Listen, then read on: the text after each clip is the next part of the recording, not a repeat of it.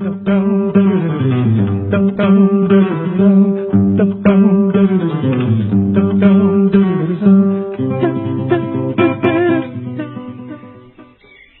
50, nabalitaan mo ba yung tungkol kay Sanderford?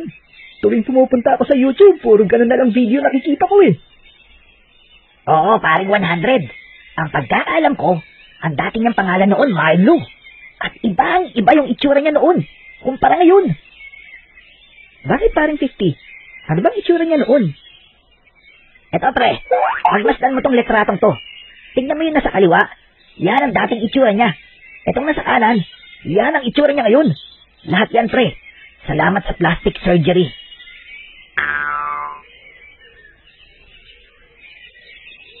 Sigurado ka pre, ang lupit naman ng teknolohiya ngayon.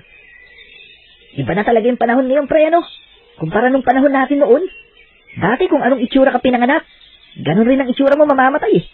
Ngayon, pwede ka na magbago ng itsura, na parang ibang tao.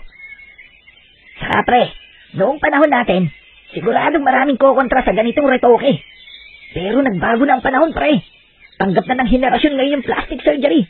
Kumbaga, ito na yung uso ngayon pre.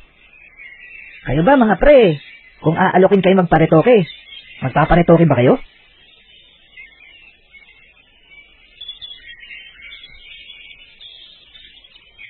Pare, mukhang magandang idea yan ah. Mukhang gusto ko tuloy subukan. Hoy, huwag niyo seryoso yung tanong ko ah. Biro lang yung pre. Bakit paring 20? Ikaw ba ayaw bang magmukhang pambansang opa? Ano pambansang opa? Yun ba yung mga usong Korean stars? Yun ba yun? Oo pre, yan ang uso ngayon. Alam ko namang tutol ka eh. Palibhasa, puro korneto lang kaya mong bilhin. Kung ayaw mo sumubok na retoke pre, hintayin mo yung pagbabalik namin. Siguradong maiingit ka. Ano? Tara, paring 100. Pasyalan natin si Dr. Photoshop. Siguradong kaya niya tayong gawing pambansang opa. Sige, tara. Iwan ka muna namin, paring 20. Abangan mo ang pagbabalik ng bago magpapataob kay Sanderford.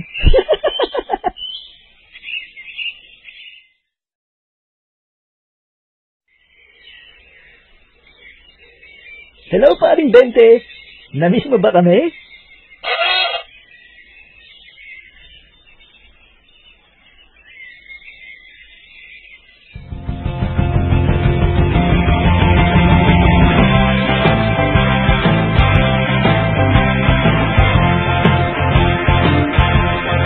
Oh my gulay!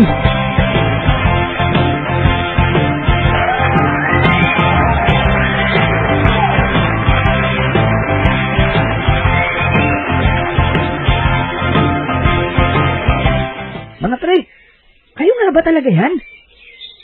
Tignan mo pre, ang lupit ng ginawa sa amin ni Dr. Photoshop. Tignan mo naman.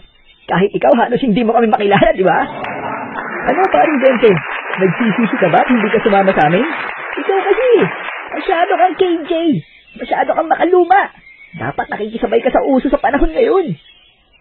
Mga pre, wala talaga akong masabi. Talagang halos hindi ko kayo makilala. Napataon nyo nga si Sanderford. Guwapings na kayo. O paano ba yan? Alis muna kami pre. Meron pa kaming mga TV interviews. Oo pre, alis muna kami. Alam mo naman maraming fans ang nag-aantay sa amin. Laos ka na, paring 20. Kami naman ang bago mapapanood sa mga komersyal. At hindi sa mga mumurahing korneto komersyal, ha? Malamang, sa komersyal tayo nung, ano ba yun? Yung mga sikreto ng mga gwapo. Sige, pre, iwan ka muna namin.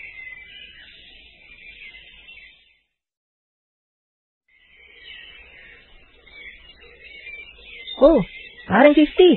Paring 100. Bakit bumalik agad kayo? Akala ko ba may interview pa kayo at mapapanood ko pa kayo sa TV? Anyari? Mapapanood pa rin kami sa TV, pre. Pero, hindi na sa komersyal. Sa news na. Bakit? Ano nga nangyari? Sinabol kami ng mga polis, pre. Tinatakan pa kami nito. Mula ngayon, fake money na lang daw kami.